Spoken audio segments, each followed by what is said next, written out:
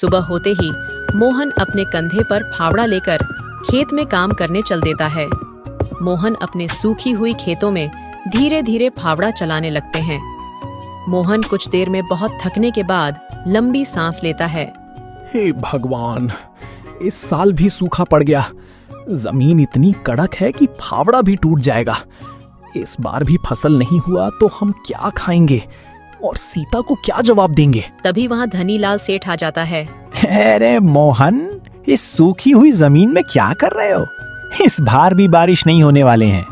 हमारे पास काम करते तो दिन का 2 से 4 रुपए दे देते, कम से कम खाने का तो हो जाता। जैसी तेरी मर्जी। सेठ हंसते हुए चल जाता है। मोहन फिर से फावड़ा चलाने लगता है तो तभी अचानक से तेज आवाज आती है, जैसे फावड़ा किसी पत्थर से टकराया हो। अरे ये क्या है? कोई पत्थर है क्या? मोहन मिट्टी हटाया तो देखा एक पुराना मटका है। मोहन मटके को उठाया। अरे ये तो मटका है, चलो घर ले चलते हैं, कुछ काम में आ जाएगा। और मटके को घर ले आता है। मोहन मटके को घर के एक कोण में रख देता है। लीजिए, एक ही रोटी है, घर में कुछ नहीं है, क्या बनाऊं? और ये मटका क्यों लाया? मोहन रोटी लेकर मटके पर रख देता है। थोड़ा पानी पहले दो, हाथ धो लेते हैं। तभी मटके के अंदर से एक अजीब आवाज आता है। मोहन चौंक जाता है। अरे ये कैसी आवाज है? मोहन मटकी को देखा तो मटके पर एक नहीं बल्कि बहुत सारी रोटियां से भरी हुई हैं। मोहन रोटी को हाथ में लिया। हे भगवान, ये क्या जादू है? मैंने तो सिर्फ एक ही रोटी रखी थी। मोहन को अपनी आंखों पर विश्वास नहीं हो रहा था। तभी मोहन मटके के अंदर एक प्याज डाला। फिर से आवाज आया और मटके प्याज से भर गया। वाह, ये तो लगता है जादुई मटका है। इसमें जो भी डालते हैं जो बढ़ जाता है। अब मेरी गरीबी दूर हो जाएगा। सच में यह जादुई मटका है, अब गरीबी दूर हो जाएगी। मोहन मटके के अंदर अनाज डालता है और कुछ अनाज को बाजार में बेच देता है और कुछ अनाज को गरीबों में बांट देता है। पूरा गांव खुश था। अरे बिरजू, इस बार की कमाई बहुत कम हुआ है। कहीं तुम चोरी तो नहीं करता है? नहीं मालिक, दुकान पर कोई आदमी अनाज खरीदने नहीं आता। मोहन के पास जब से जादुई मटका आया है, पूरा गांव वाले को फ्री में अनाज दे देता है। धनीलाल चौंक जाता है। क्या जादुई मटका? ये क्या होता है? हमें पहले से नहीं बताया। बिरजू धनीलाल को पूरा बात बताया। तभी एक दिन धनीलाल मोहन के घर आता है, साथ में 2 बदमाश गुंडा को लेकर। क्या वे मोहन, सुना है तेरे पास कोई जादुई चीज आई है? भूल गया तूने मुझसे कर्ज लिया था। या तो पैसे चुका, नहीं तो मटका मेरा हुआ। नहीं मालिक, मैं आपसे कोई कर्ज नहीं लिया। इस मटके से पूरा गांव वाले को पेट भरता है, इसे मत ले जाइए। धनीलाल मोहन को धक्का देकर मटका अपने घर लाता है। धनीलाल एक टेबल पर मटके रख देता है। वह अकेले में बहुत खुश हो जाता है। मैं इस मटके में सोने का सिक्का डालूंगा और करोड़पति बन जाऊंगा। धनीलाल मटके में एक सोने के सिक्का डाला। मटके सोने के सिक्के से भर जाता है। धनीलाल सोनी को देखकर बहुत खुश हो जाता है और सभी सोने के सिक्के मटके से निकाल लेता है। धनीलाल लालच से अंधा होकर मटके के ऊपर चढ़ जाता है ताकि देख सके मटके में और सिक्के हैं या नहीं। लेकिन उसका पैर फिसल जाता है और वह खुद मटका में के अंदर गिर जाता है। धनीलाल मटके के अंदर से चिल्लाते हुए, अरे बचाओ, मैं गिर गया, मुझे बाहर निकालो। मटके के अंदर से जोर जोर से आवाज आया। मटके के अंदर से एक नहीं बल्कि दर्जनों धनीलाल जैसी आदमी निकलने लगती है। मैं हूँ असली धनीलाल। सभी लोग आपस में लड़ने लगे और मोहन यह सब देख रहा था। मोहन मुस्कुराने लगता है। सभी धनीलाल लड़ते हुए बाहर भाग जाता है। मोहन अपना मटका उठाता है और घर आ जाता है। इसीलिए दोस्तों, हमें लालच नहीं करना चाहिए।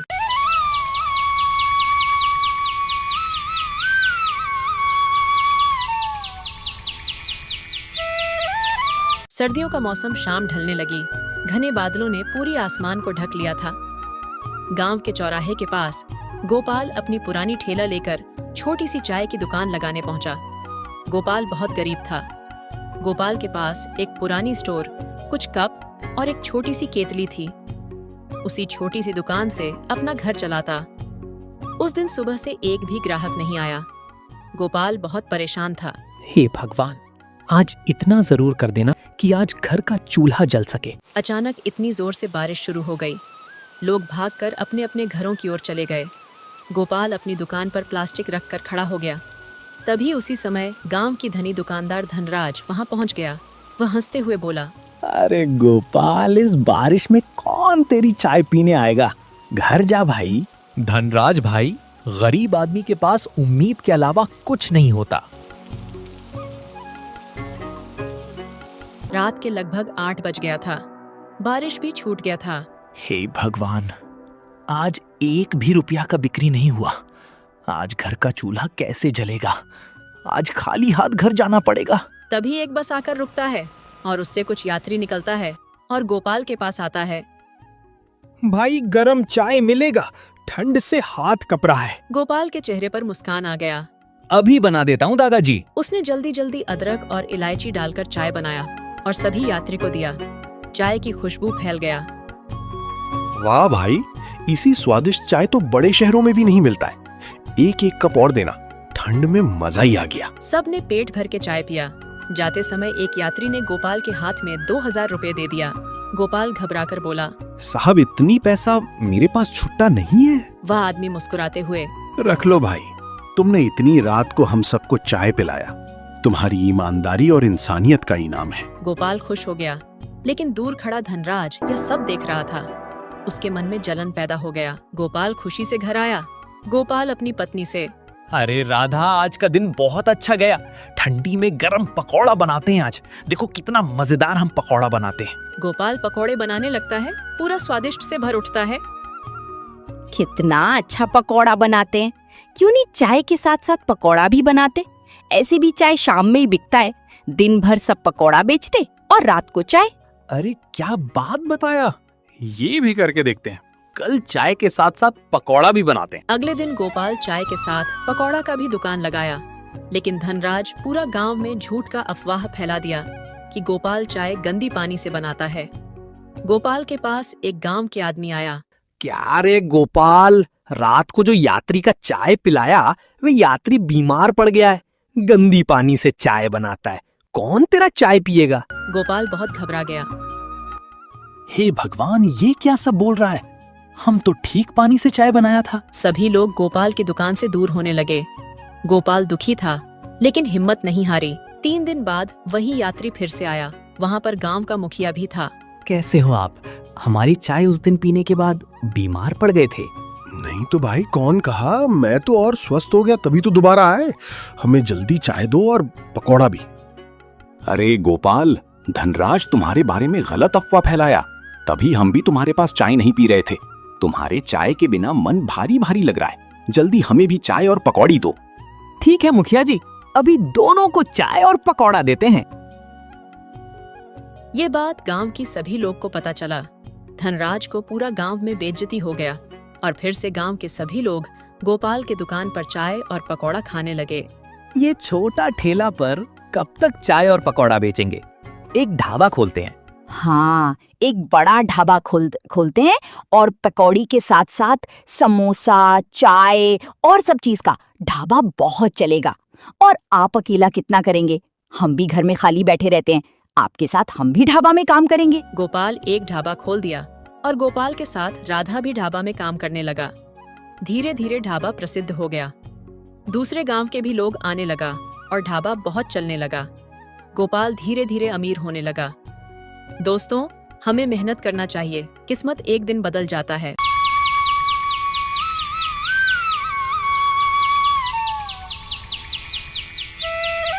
नियमगढ़ नाम का एक गांव बाहर से जितना शांत दिखता, अंदर से उतना ही रहस्यमयी था। सुबह होते हैं, खेतों में हरियाली लहराती, बैलों की घटिया बजती और बच्चों स्कूल की ओर भागते दिखाई देते। दिन भर सभी लोग शांत से अपने अपने काम करते थे, लेकिन जैसे ही सूरज ढलता, गांव की हवा बदल जाती और गांव की कोई भी लोग बाहर नहीं निकलता। बस एक डर था। पुरानी टूटी फूटी किला का उसकी दीवारों पर कई जमी थी। खिड़की अंधेरी, दरवाजे हमेशा खुला रहता। कोई नहीं जानता कि वह अपने आप खुला रहता। उस गांव में एक लड़का रहता, अमन। वह बाकी लड़कों से अलग था। वह डरते नहीं डरने के बजाय सवाल पूछता।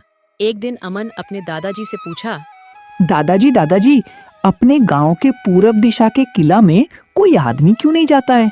दादाजी अमन के बात सुनते ही बहुत घबरा गए। अरे बेटा, उस किले में रात को परछाई चलती है और रोने की आवाज आता है, वहां कभी जाना मत। अमन कुछ देर के लिए सोच में पड़ गया। ठीक है दादाजी, हम बाहर जा रहे हैं। अमन कुछ देर के लिए सोच में पड़ गया और अमन उसे किले के बारे में सोचने लगा और अपने दोस्त के पास गया। अमन के दो दोस्त अमित और रवि। अमित बहुत जल्द डर जाता, रवि बोलता कम सोचता ज्यादा। अमन दोनों दोस्तों से मिला और किला के बारे में पूछा। हम अपने गांव के किला के बारे में बहुत कहानी सुनते हैं, लेकिन सच कभी नहीं जानते। अगर डर ही हमें रोक देगा तो आगे कैसे बढ़ेंगे? किले के बारे में सच का पता लगाना पड़ेगा। अमित बहुत घबरा गया। रवि ने गहरी सांस ली। शायद सच जानने का यही सही तरीका है, तो आज उस किले के अंदर रात को चलते हैं। हाँ, आज किले के अंदर चल के पता लगाते हैं। क्या रात को जाएगा? पागल हो गया है? रात को कोई घर से भी नहीं निकलता और तुम दोनों को किले जाने की बात कर रहे हो? जाना है तो तुम दोनों जाओ, मैं नहीं आने वाला। तुम दोनों पागल हो गए हो, मरवाना चाहते हो? मैं जा रहा हूँ। हम दोनों को नहीं, तीनों को जाना है। रात को किसी को भी बिना बताए चुपचाप यहीं पर आ जाना। और वहां से तीनों चले गए। रात होते ही गांव के सभी लोग सो चुका था। तीनों दोस्त घर से चुपचाप निकलकर किले की ओर निकल गया।